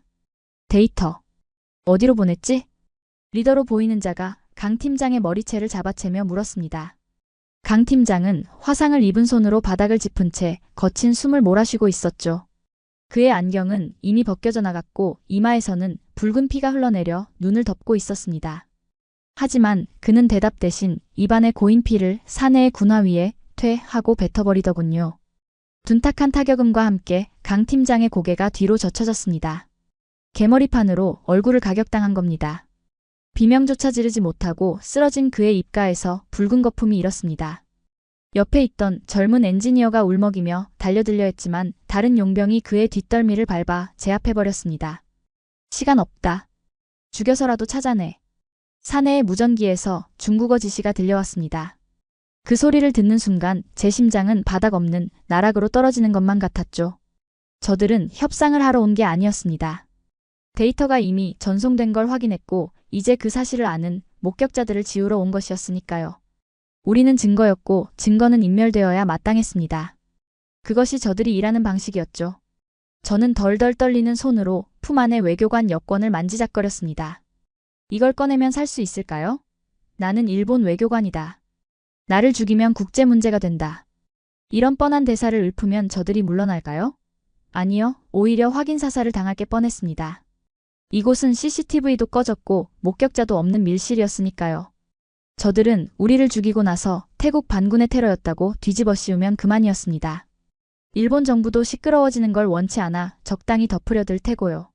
그게 냉혹한 국제정치의 현실 아니겠습니까? 끝났다. 제 입에서 체념 섞인 탄식이 새어나왔습니다. 저는 고개를 떨구고 바닥만 바라보았습니다. 부서진 서버 조각, 타버린 전선, 그리고 주인을 잃고 굴러다니는 컵라면 용기. 그 초라한 쓰레기들이 마치 제 인생의 마지막 풍경인 것 같아 눈물이 핑 돌더군요. 제 평생을 바쳐 쌓아온 커리어, 명예, 엘리트로서의 자부심. 그 모든 것이 이 캄캄한 경납고 바닥에서 무의미한 먼지가 되어 사라지고 있었습니다. 이것이 바로 저의 밑바닥이었던 겁니다. 그런데 말입니다. 그 절망적인 정적을 깬 것은 다 죽어가던 강 팀장의 쉰 목소리였습니다. 처음엔 고통에 찬 신음인 줄 알았습니다. 하지만 그것은 분명한 웃음소리였습니다. 용병 리더도 의아했는지 발길질을 멈추고 그를 내려다보더군요. 강 팀장은 피투성이가 된 얼굴을 들어 올리며 퉁퉁 부은 눈으로 사내를 쏘아보았습니다. 그 눈빛. 죽음 앞에서도 꺼지지 않는, 아니 오히려 더 시퍼렇게 타오르는 그 눈빛에 저는 숨이 멎는 줄 알았습니다. 그건 공포에 질린 패배자의 눈이 아니었으니까요. 야, 이 멍청한 새끼들아. 너희가 늦었어. 강 팀장은 피 섞인 침을 삼키며 비릿하게 웃었습니다. 데이터? 서울로만 보낸 줄 알지? 내가 방금 마지막에 누른 버튼이 뭔지 알아? 용병의 눈썹이 꿈틀했습니다. 강 팀장은 부러진 치아 사이로 바람 빠지는 소리를 내며 말을 이었습니다. 오토 포스팅. 전송 완료와 동시에 전 세계 50개국 주요 언론사와 UN 인권위원회 서버로 자동 발송되는 코드야. 지금쯤 CNN이랑 NHK 속보 뜨고 있겠네. 중국의 추악한 전쟁이라고 말이야. 그의 말은 거짓말이었습니다. 저는 옆에서 봤지 않습니까? 그는 분명 백업 서버로만 데이터를 보냈습니다. 하지만 그의 목소리엔 티끌만큼의 망설임도 없더군요. 마치 진짜인 것처럼 상대를 완벽하게 기만하는 저 뻔뻔함과 배짱. 그건 단순한 거짓말이 아니었습니다. 자신의 목숨을 담보로 건 생애 마지막 블러핑이었던 겁니다. 지금 날 죽이면 너희는 그냥 살인자가 되는 게 아니야. 전 세계에 생중계된 테러리스트가 되는 거지. 베이징에 있는 네 보스들이 퍽이나 좋아하겠다. 꼬리 자르기 당할 텐데. 강 팀장의 도발에 용병 리더의 눈동자가 흔들리기 시작했습니다. 그들도 프로입니다. 임무 실패보다 더 무서운 건 조직에서 버림받는 것이라는 걸 누구보다 잘 알고 있었을 테니까요. 사내는 무전기를 들고 다급하게 무언가를 확인하려 했습니다. 바로 그 찰나의 순간 강 팀장이 저를 향해 고개를 살짝 돌리며 눈짓을 보냈습니다. 아주 미세한 움직임이었지만 저는 그 신호의 의미를 본능적으로 알아차렸습니다. 지금입니다. 당신이 나설 차례입니다. 그의 눈빛이 그렇게 말하고 있었습니다. 저는 전율했죠. 이 한국인은 다 죽어가는 상황에서도 포기하지 않고 판을 뒤집을 단 1%의 확률을 만들고 있었던 겁니다. 자신의 목숨을 미끼로 던져서 적을 교란하고 제게 기회를 만들어준 것이죠. 부끄러움이 용암처럼 끓어올라 제 혈관을 태웠습니다. 일개 엔지니어도 저렇게 목숨 걸고 싸우는데 명색이 나랏밥 먹는다는 외교관이 무릎 꿇고 살려달라고 빌 생각이나 하고 있었다니요. 일어나라, 야마모토. 네가 일본의 자존심이라면 여기서 개처럼 죽지는 마라. 저는 주먹을 꽉 쥐었습니다. 손톱이 살을 파고드는 고통이 정신을 번쩍 들게 하더군요. 저는 떨리는 무릎에 힘을 주어 천천히, 아주 천천히 몸을 일으켰습니다. 용병들이 총구를 제게 돌렸지만 저는 더 이상 두렵지 않았습니다. 강 팀장이 보여준 그 도끼, 그것이 제 영혼의 불씨를 다시 지폈으니까요. 거기까지 해라. 저는 제 평생 가장 낮고 위험 있는 목소리로 입을 열었습니다. 그리고 품 안에서 여권을 꺼내어 마치 암행어사의 마패처럼 그들 눈앞에 들이밀었습니다. 나는 일본 내각정보조사실 동남아 지부장 야마모토 켄지다. 지금 이 시각부로 이 경납고에 있는 전원은 일본 정부의 보호하에 있다. 뭐? 일본? 용병 리더가 당황하며 뒷걸음질 쳤습니다. 예상치 못한 거물의 등장에 혼란스러운 기색이 역력했죠. 저는 그 틈을 놓치지 않았습니다. 강 팀장이 깔아준 판 위에서 이제 제가 춤을 춰야 할 차례였으니까요. 너희가 걱정하는 그 데이터? 맞아. 강 팀장 말이 사실이다. 그리고 하나 더 알려주지. 내 위성 전화는 지금 도쿄 NSC 상황실과 연결되어 있다. 이 모든 상황이 실시간으로 녹음되고 있다는 뜻이지. 물론 이것도 거짓말이었습니다. 아까 통화는 끊어졌고 배터리도 간당간당했으니까요. 하지만 저는 눈 하나 깜짝하지 않고 그들을 쏘아보았습니다. 저들이 가진 건 총칼뿐이지만 제가 가진 건 국가라는 보이지 않는 권력이었습니다. 그리고 무엇보다 제 뒤에는 피투성이가 되어서도 낄낄거리고 있는 저 미친 한국인들이 버티고 있었죠. 그들이 있는 한 저는 절대 무너지지 않을 자신이 생겼던 겁니다. 지금 당장 총 내리고 꺼져. 그러면 너희들이 누구였는지 잊어주겠다. 하지만 방아쇠를 당기는 순간 중국 정부도 너희를 지켜주지 못할 거다. 일본과 한국, 태국, 세 개국을 동시에 적으로 돌리고 싶나? 제 호통이 경납고의 정적을 갈랐습니다. 용병들 사이에서 동요가 일어났습니다. 총구가 흔들리기 시작했죠. 그들은 살인기계였지만 동시에 정치적 계산에는 약한 하수인들에 불과했습니다. 리더가 무전기에 대고 중국어로 욕설을 내뱉으며 고래고래 소리를 질렀습니다. 상부의 지시가 엇갈리고 있는 게 분명했으니까요. 바로 그때였습니다. 경납고 밖에서 또 다른 굉음이 들려오기 시작했습니다. 이번엔 폭발음이 아니었습니다. 지축을 울리는 묵직한 엔진 소리. 그리고 밤하늘을 대낮처럼 밝히는 강력한 서치라이트 불빛이 깨진 천장으로 쏟아져 들어왔습니다. 헬기 소리였습니다. 한 대가 아니었습니다. 최소한 서너 대의 헬기가 기지 상공을 에워싸고 있었습니다. 용병들의 얼굴이 사색이 되더군요. 저들이 부른 지원군일까요? 아니면 그때 확성기를 통해 쩌렁쩌렁한 안내 방송이 울려 퍼졌습니다. 여기는 태국 왕립 육군 제1특수전단이다. 경납고를 포위했다. 무기를 버리고 투항하라. 저항하면 전원 사살한다. 태국군이었습니다. 뿌라윗 대령이 몰래 눌렀던 비상벨이 이제야 효과를 발휘한 것인지 아니면 강 팀장의 데이터가 정말로 어딘가에 닿아 태국 수뇌부를 움직인 것인지는 알 수 없었습니다. 하지만 확실한 건 하나였습니다. 우리가 이겼다는 사실입니다. 절망의 끝자락, 영혼이 가장 어두웠던 그 밤을 버텨내고 마침내 새벽이 오고 있다는 것을요. 용병들은 서로의 눈치를 보더니 욕설을 내뱉으며 총을 바닥에 던졌습니다. 그 철그럭거리는 금소금이 저에게는 천상의 음악처럼 들렸습니다. 저는 다리에 힘이 풀려 그 자리에 주저앉고 말았습니다. 하지만 이번에는 무릎을 꿇은 게 아니었습니다. 안도감에 무너져 내린 것이었죠. 강 팀장이 비틀거리며 일어나 제게 엄지손가락을 치켜 세웠습니다. 피 범벅이 된 얼굴로 짓는 그 괴기스러운 미소가 왜 그렇게 든든하고 멋있어 보였는지 모르겠습니다. 저는 그제야 깨달았습니다. 이 한국인들은 단순히 기술만 좋은 게 아니었습니다. 이들은 최악의 상황에서도 희망을 발명해내는 지독한 생존 본능을 가진 사람들이었습니다. 그리고 오늘 밤 그 본능이 오만하고 나약했던 저를 구원했습니다. 야마모토 상. 연기 좀 하시는데요? 강 팀장이 쉰 목소리로 농담을 던졌습니다. 저는 넥타이를 거칠게 풀어헤치며 헛웃음을 터뜨렸습니다. 당신들한테 한 수 배웠으니까요. 하지만 아직 끝난 게 아니었습니다. 용병들은 제압되었지만 이 사태를 일으킨 진짜 배후, 그 거대한 악의 축은 여전히 건재했으니까요. 저는 강 팀장을 부축해 일으켰습니다. 이제 우리는 살아남았습니다. 그렇다면 다음 순서는 명확했습니다. 우리가 확보한 이 피 묻은 진실을 세상에 폭로하고 그들을 심판대 위에 세우는 것. 진짜 반격은 지금부터였습니다. 태국 특수부대의 헬기가 거센 모래 폭풍을 일으키며 이륙하자 발 아래 경납고는 점점 작은 점으로 멀어져 갔습니다. 창밖으로 스며드는 희미한 여명. 그 빛은 밤새 우리를 짓눌렀던 죽음의 그림자를 걷어내고 가장 잔인하고도 투명한 진실의 아침을 예고하고 있더군요. 저는 옆자리에 앉은 강 팀장을 바라보았습니다.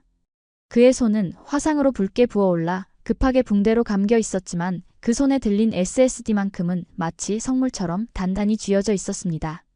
그것은 단순한 저장 매체가 아니었으니까요. 진실을 위해 기꺼이 자신을 불태운 한국인들의 피와 땀 그리고 도끼가 응축된 결정체였습니다. 방콕으로 직행합니다. UN 아시아태평양 경제사회위원회 회의장으로 가주십시오. 제가 조종사에게 내린 첫 명령이었습니다. 원래대로라면 병원으로 가야 했지만 우리에게는 치료보다 더 시급한 수술이 남아 있었기 때문입니다. 강 팀장은 창백한 얼굴로 말없이 고개를 끄덕였죠. 말하지 않아도 알 수 있었습니다. 우리가 확보한 이 데이터를 가장 파괴력 있게 터뜨릴 수 있는 곳, 그곳이 바로 오늘 오전 10시부터 열리는 다국적 안보회의장이라는 것을 말입니다. 방콕 시내의 컨벤션 센터에 도착했을 때 제 꼴은 그야말로 가관이었습니다. 1,000만 원짜리 이탈리아제 맞춤 정장은 찢어지고 그을려 넝마가 되었고 얼굴은 숯검정과 피로 얼룩져 있었으니까요.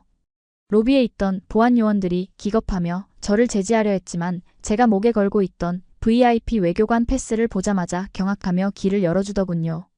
저는 그들의 시선을 무시한 채 회의장 문을 거칠게 박차고 들어갔습니다. 강 팀장은 제 뒤에서 절뚝거리며 하지만 그 누구보다 당당한 걸음으로 저를 따르고 있었습니다. 회의장 안은 이미 뜨거운 설전으로 달아올라 있었습니다. 단상에는 중국 대사왕이 핏대를 세우며 열변을 토하고 있더군요. 따라서 이번 사태는 태국 군부가 국경 분쟁을 빌미로 민간인 구역을 무차별 폭격한 전쟁 범죄입니다. 캄보디아의 평화로운 마을이 불탔고 무고한 시민들이 학살당했습니다. 중국은 이를 강력히 규탄하며 뻔뻔함의 극치였습니다. 자신들이 먼저 로켓을 쏘고 자신들이 보이스피싱 조직을 운영해놓고 이제 와서 피해자 코스프레를 하다니요. 객석에 앉아있던 일본 대표단과 사토 국장은 꿀먹은 벙어리처럼 고개를 숙이고 있었죠. 중국의 기세에 눌려 진실을 알면서도 침묵을 선택한 비겁한 침묵이었습니다. 그 비겁함이 제 안의 분노를 다시 한번 폭발시켰습니다. 제가 단상으로 걸어가 마이크를 손으로 치며 굉음을 냈습니다. 회의장 내의 모든 시선이 저에게 쏠리더군요. 왕 대사는 더러운 몰골의 저를 보고 눈살을 찌푸리며 소리쳤습니다. 뭐야? 야마모토 지부장? 지금 그 꼴로 여기가 어디라고 들어와. 당장 끌어내. 닥치십시오, 왕 대사. 제 목소리는 낮았지만 회의장 전체를 얼어붙게 만들 만큼 서늘했습니다. 저는 피 묻은 손으로 품 안에서 SSD를 꺼내어 발표용 노트북에 거칠게 꽂아 넣었죠. 지금부터 보여드릴 것은 방금 당신이 말한 평화로운 마을의 실체입니다. 화면이 켜지자 회의장 내 대형 스크린에 강 팀장이 복구해낸 데이터들이 적나라하게 펼쳐지기 시작했습니다. 첫 번째 화면은 드론이 촬영한 고해상도 폭격 영상이었습니다. 왕 대사가 주장한 민간인 학살? 그런 건 없었습니다. 오직 군사시설과 그 지하에 숨겨져 있던 거대한 서버실만이 외과 수술처럼 정확하게 도려내져 있었으니까요. 사람들은 웅성거리기 시작했습니다. 하지만 그건 예고편에 불과했죠. 이것은 단순한 폭격 영상이 아닙니다. 중국이 캄보디아 뒤에 숨어서 무엇을 하고 있었는지 보여주는 영수증입니다. 제가 신호를 보내자 강 팀장이 키보드를 눌러 오디오 파일을 재생했습니다. 베이징에서 직접 통제한다. 위성 데이터를 전송할 테니 즉시 요격하라. 회의장에 쩌렁쩌렁하게 울려 퍼지는 그 목소리. 너무나도 명확한 표준 중국어 그리고 군사작전 명령이었습니다. 왕 대사의 얼굴이 순식간에 흑빛으로 변하더군요. 그는 당황하여 마이크를 끄려고 손을 뻗었지만 제가 그의 손목을 낚아챘습니다. 아직 안 끝났습니다. 진짜 추악한 건 이제부터니까요. 저는 곧바로 엑셀 파일을 띄웠습니다. 수천 개의 계좌번호와 금액이 적힌 피해 장부가 스크린을 가득 채웠습니다. 여기 계신 각국 대표님들, 이 자금의 출처가 궁금하지 않으십니까? 중국은 캄보디아에 무기를 지원했다고 주장하지만 사실은 무기를 판 겁니다. 그것도 아주 더러운 돈으로 말입니다. 저는 붉은색 레이저 포인터로 특정 계좌 내역을 가리켰습니다. 입금자 도쿄, 서울, 방콕의 수많은 개인 계좌들. 비고 보이스피싱 피해 입금. 이 돈이 캄보디아의 카지노로 세탁되어 최종적으로 중국 국영 방산기업 노린코로 흘러 들어갔습니다. 회의장이 발칵 뒤집혔습니다. 기자들은 미친 듯이 플래시를 터뜨리기 시작했고 각국 대표들은 경악하며 자국의 금융 당국에 전화를 걸기 시작했죠. 이건 단순한 국경 분쟁이 아니었습니다. 국제적인 금융 범죄와 군사 도발이 결합된 전대미문의 하이브리드 범죄였으니까요. 제가 일본 대표단을 향해 시선을 돌리자 사토 국장은 얼굴이 사색이 되어 외면하더군요. 자국민의 피눈물이 중국 미사일이 되어 돌아오는데도 그걸 덮으려 했던 자신의 죄가 드러났기 때문입니다. 왕 대사는 이제 이성을 잃고 고래고래 소리를 질렀습니다. 이건 조작이야. 한국과 일본이 짠 모함이라고. 저 데이터는 가짜야. 조작? 저는 헛웃음을 터뜨리며 강 팀장에게 눈짓을 보냈습니다. 강 팀장은 붕대 감은 손으로 마지막 파일을 열었죠. 그것은 엑셀 파일이 아니었습니다. 기지 내부 CCTV 영상 복원 파일이었으니까요. 영상 속에는 중국 군복을 입은 자들이 보이스피싱 콜센터 직원들을 지휘하고 로켓 발사 버튼을 누르며 환호하는 모습이 고화질로 담겨 있었습니다. 심지어 왕 대사 본인이 지난달 그 기지를 방문해 격려금을 전달하는 모습까지 선명하게 찍혀 있더군요. 당신 얼굴도 조작입니까? 딥페이크라도 썼다고 우길 텐가? 제 일갈에 왕 대사는 다리에 힘이 풀린 듯 주저앉고 말았습니다. 변명의 여지가 없었습니다. 완벽한 체크메이트였으니까요. 회의장은 순식간에 중국을 성토하는 비난의 장으로 변했습니다. 기자들은 왕 대사에게 마이크를 들이대며 해명을 요구했고 다른 국가대표들은 중국과의 협력을 전면 재검토하겠다며 자리를 박차고 일어났죠. 그 아수라장 속에서 저는 마이크를 잡고 마지막 쐐기를 박았습니다. 오늘 이 진실을 밝혀낸 건 우리 일본의 정보력이 아닙니다. 저는 그저 배달부일 뿐입니다. 저는 뒤에 서 있던 강 팀장을 단상 앞으로 이끌었습니다. 피와 그을음으로 범벅이 된 그의 와이셔츠, 붕대 감은 손. 그 처절한 모습이 번지르르한 정장을 입은 외교관들 사이에서 오히려 가장 고귀하게 빛나고 있었습니다. 이 데이터는 대한민국 기술진들이 자신들의 목숨을 걸고 지켜낸 정의입니다. 그들은 돈을 벌러 간 게 아니라 자국민의 눈물을 닦아주기 위해 그 불구덩이 속으로 뛰어들었습니다. 기술이란 바로 이럴 때 쓰라고 있는 것 아닙니까? 제 말에 회의장에는 잠시 침묵이 흘렀습니다. 그리고 누군가 박수를 치기 시작했죠. 1명, 2명. 곧이어 우레와 같은 기립박수가 터져나왔습니다. 그것은 단순히 한국에 대한 칭찬이 아니었습니다. 강대국의 논리에 휘둘리지 않고 오직 실력과 희생으로 진실을 밝혀낸 용기에 대한 경의였으니까요. 강 팀장은 쑥스러운 듯 고개를 숙였지만 저는 보았습니다. 그의 눈가에 맺힌 맑은 물방울을요.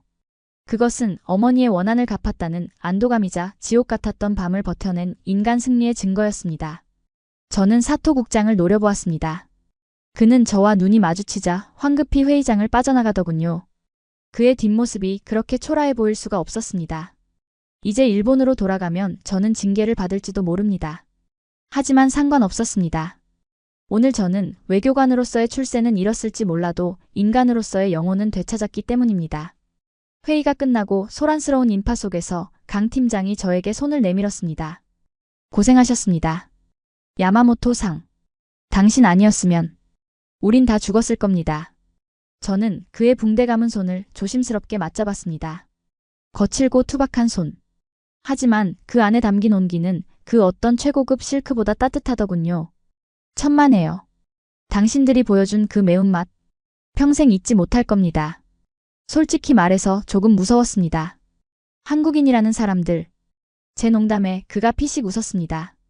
원래 한국 사람은 건드리면 안 됩니다. 특히 가족이랑 밥그릇 건드리면 지구 끝까지 쫓아가거든요. 우리는 서로를 마주보며 크게 웃음을 터뜨렸습니다. 창밖으로 방콕의 태양이 눈부시게 떠오르고 있었습니다. 그 빛은 어제와 똑같은 태양이었지만 오늘 우리가 맞이하는 세상은 분명 어제와는 달라져 있었습니다. 어둠 속에 숨겨져 있던 악의 고리는 끊어졌고 오만했던 강대국들은 고개를 숙였으며 무엇보다 한국이라는 나라가 보여준 그 섬뜩하리만치 놀라운 저력이 전 세계에 각인되었으니까요. 저는 주머니에서 담배를 꺼내 물었습니다. 손끝이 아직도 미세하게 떨리고 있었지만 그건 공포 때문이 아니었습니다. 제 가슴속 깊은 곳에서 끓어오르는 묘한 카타르시스 때문이었죠. 이 전쟁의 승자는 태국도 일본도 아니었습니다. 가장 조용한 곳에서 가장 시끄러운 기술로 세상을 바꾼 그들. 바로 대한민국이었습니다. 방콕 컨벤션 센터의 흡연구역에서 제가 뱉어냈던 그 하얀 담배 연기는 태국의 뜨거운 대기 속으로 흔적도 없이 흩어졌습니다. 그리고 지금 저는 서울 광화문 광장의 차가운 밤바람 속에 서 있습니다. 코트깃을 여미며 휴대폰 화면을 켜니 오늘 날짜가 선명하게 찍혀 있더군요. 그 지옥 같았던 캄보디아 국경의 밤으로부터 불과 3일이 지났을 뿐인데 제 눈앞의 서울은 마치 아무 일도 없었다는 듯 기이할 정도로 평온하기만 합니다. 퇴근길을 재촉하는 수많은 인파가 제 어깨를 스치고 지나갑니다. 이어폰을 꽂고 무표정하게 걸어가는 넥타이 부대. 친구들과 떡볶이를 먹으며 깔깔거리는 교복 입은 학생들. 그리고 유모차를 끌고 산책 나온 젊은 부부들. 예전에 저였다면 그들을 보며 그저 바쁘고 시끄러운 한국인들이라고 치부하고 넘겼을 겁니다. 일본의 질서 정연함과는 거리가 먼 혼란스러운 풍경이라고 비웃으면서 말입니다. 하지만 오늘 밤 제 눈에는 그 평범한 풍경이 전혀 다르게 다가오더군요. 저 무심해 보이는 얼굴들 하나하나 뒤에 강 팀장이 보여주었던 그 서슬퍼런 도끼와 뜨거운 사랑이 숨겨져 있다는 것을 이제는 뼛속 깊이 알기 때문입니다. 평소에는 순한 양처럼 웃고 있지만 누군가 내 가족을 건드리거나 밥그릇을 뺏으려 들면 그 순간 지옥 끈까지라도 쫓아가 기어코 응징해내는 무서운 DNA. 그것이 바로 이 나라를 지탱하는 진짜 힘이 아니었을까요? 저는 주머니 속에서 꼬깃꼬깃해진 사직서를 만지작거렸습니다. 본국으로 돌아가 이번 사태에 대한 경위서를 쓰라는 훈령이 내려왔지만 저는 도쿄행 비행기표를 찢어버렸으니까요.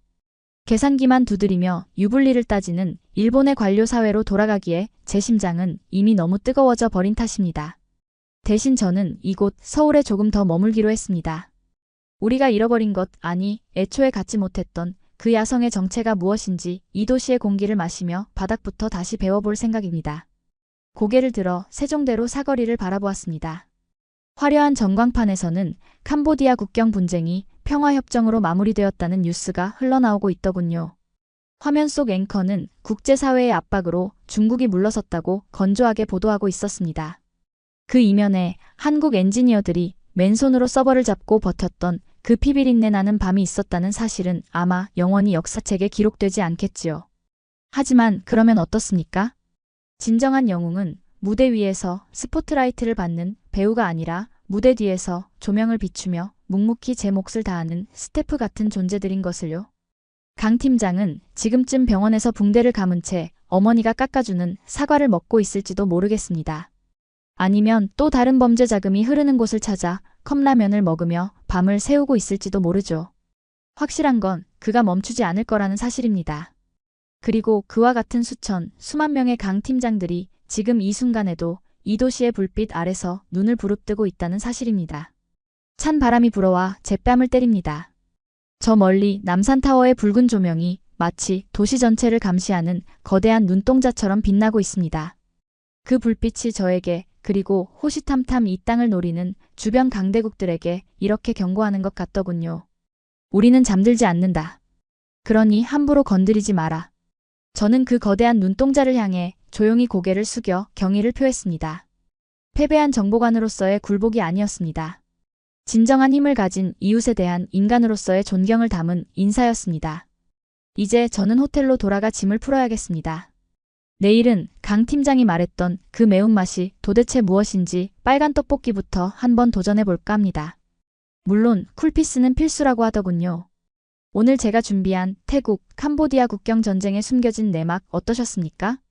겉으로는 화려한 외교전처럼 보였지만 그 속에는 가족을 지키기 위해 기술을 갈고 닦은 한국인들의 피땀 어린 투혼이 있었습니다. 우리는 종종 잊고 삽니다. 우리가 누리는 이 평화로운 일상이 누군가의 치열한 밤샘과 희생 위에서 지켜지고 있다는 사실을 말입니다. 하지만 기억하십시오. 당신이 잠든 사이에도 대한민국의 기술은 그리고 한국인의 도끼는 단 한순간도 꺼지지 않고 우리를 지키고 있습니다. 오늘 영상이 마음에 드셨다면 구독과 좋아요 부탁드립니다. 여러분의 작은 응원이 보이지 않는 곳에서 땀 흘리는 그들에게 큰 힘이 됩니다. 저는 다음 시간에도 전 세계가 놀란 대한민국 이야기로 다시 찾아오겠습니다. 지금까지 감동띵동이었습니다.